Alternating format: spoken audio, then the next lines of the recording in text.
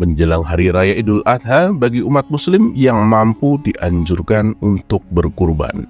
Begitu juga dengan baginda Raja Harun ar-Rasyid. Ia berkurban ratusan unta dan kambing, lalu dibagikan kepada fakir miskin.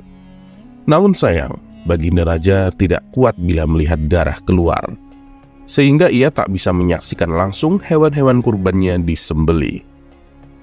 Ketika sholat Id selesai dilaksanakan, orang-orang berbondong-bondong ke lapangan untuk menyaksikan prosesi penyembelihan hewan kurban.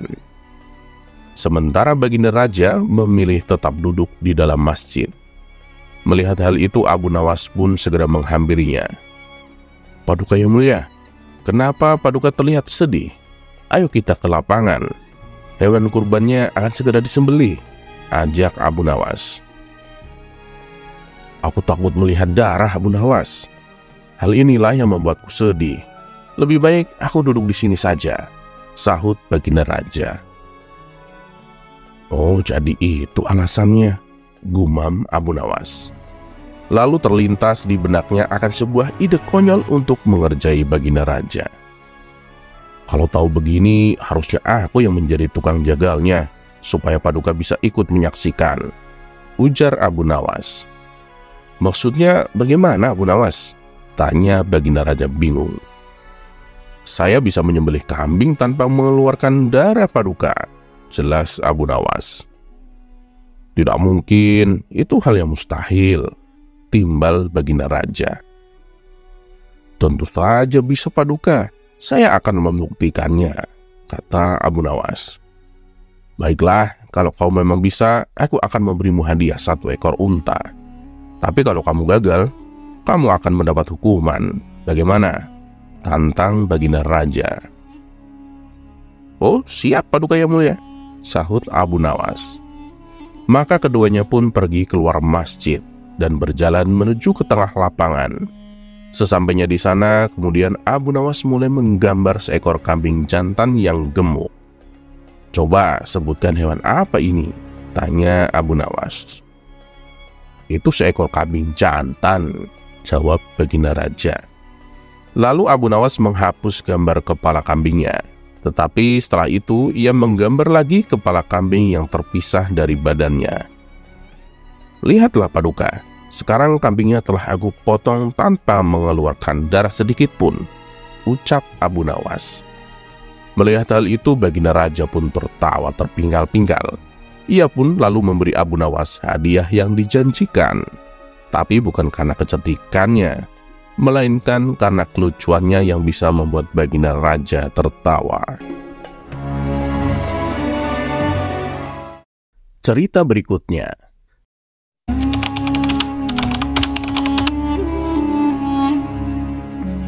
Abu Nawas merupakan tokoh yang cerdas dan lucu yang dikenal di Timur Tengah. Suatu ketika, Abu Nawas yang jomblo jatuh cinta kepada seorang gadis cantik jelita. Abu Nawas memang tergila-gila dengan gadis cantik, pintar, serta termasuk wanita yang ahli ibadah itu. Ia sangat berambisi untuk memperistri gadis salehah itu. Cintanya yang begitu dahsyat dan membara membuat Abu Nawas berdoa kepada Allah Subhanahu wa Ta'ala. Begini doanya, "Ya Allah, jika memang gadis itu baik untuk saya, dekatkanlah kepadaku. Tetapi jika memang menurutmu ia tidak baik untukku, tolong ya Allah. Sekali lagi, tolong ya Allah. Pertimbangkanlah lagi ya Allah." Begitulah doanya dengan menyebut nama gadis itu dan terkesan memaksa kehendak Allah. Abu Nawas memanjatkan doa-doa itu setiap selesai sholat 5 waktu tanpa henti dan terus bersungguh-sungguh.